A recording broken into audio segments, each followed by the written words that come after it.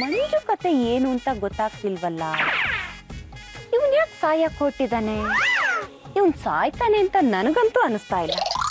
ಒಂದ್ ವೇಳೆ ಸತ್ರೆ ಅದಕ್ಕೆ ಯಾರು ಕಾರಣ ಇರ್ಬೋದು? ಪರಮನ್ಗೆ ಏನಾದ್ರೂ ಒಂದು ಐಡಿಯಾ ಕೊಟ್ಟು ಮಂಜು ಬಾಯ್ ಬಿಡಿಸ್ಬೇಕು. ಈ ಗೂಬೆ ಇಲ್ಲೇ ಇದ್ದಾನೆ. ಮಂಜು ಬಾ ಇಲ್ಲಿ. ನೀವಾಗ ನೀವೇ ಕರಿತಿದ್ದೀರಾ ಅಂದ್ರೆ ದುಡ್ಡು ಕೊಡ್ತೀರಾ ಅಂತ ಆಯ್ತು. ಯಾಕೆ ಕೊಡ್ಬೇಕು? ಇಂಟ್ರಿಗೆ ಹೋಗೋ ಆಟೋ ಚಾರ್ಜು.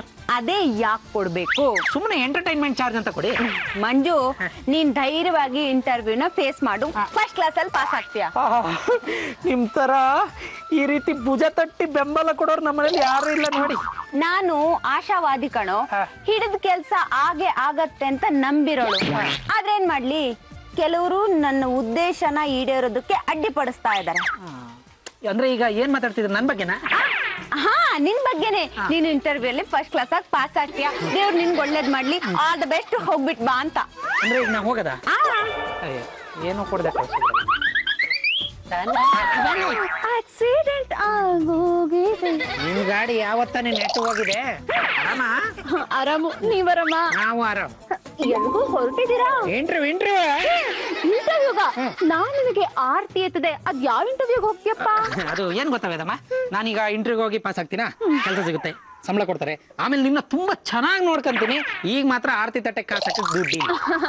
ಮಂಜು ಅವ್ರೆ, ನೀವು ರಾಜಕೀಯ ವ್ಯಕ್ತಿಗಳ ತರ ಸುಳ್ಳು ಆಶ್ವಾಸನೆ ನನಗ್ ಕೊಡ್ಬೇಡಿ. ನಾನ್ ನಿನಗ್ ಮಂಗಳಾರತಿ ಎತ್ತೀನಿ, ನೀನ್ ಅದಕ್ಕೆ ದುಡ್ಡು ಹಾಕ್ಲೇಬೇಕು.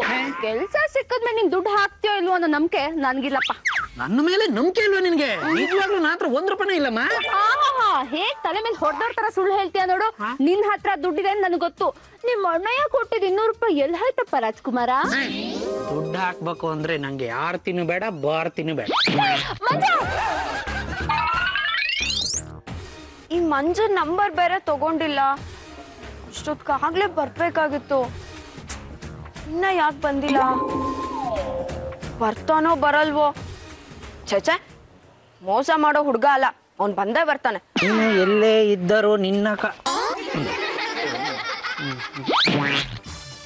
ತಮಾಷೆ ಅನ್ಕೊಂಡ್ರೆ ಹುಡುಗಿ ಸೀರಿಯಸ್ ಆಗಿ ಲಗೇಜ್ ತಗೊಂಡ್ಬಂದಾಳೆ. ಸಿಕ್ಕಾಕೊಂಡ್ರೆ ನನ್ನೊಂದು ದೇಶಾಂತರ ಕರ್ಕೊಂಡು ಹೋಗ್ತಾಳೆ.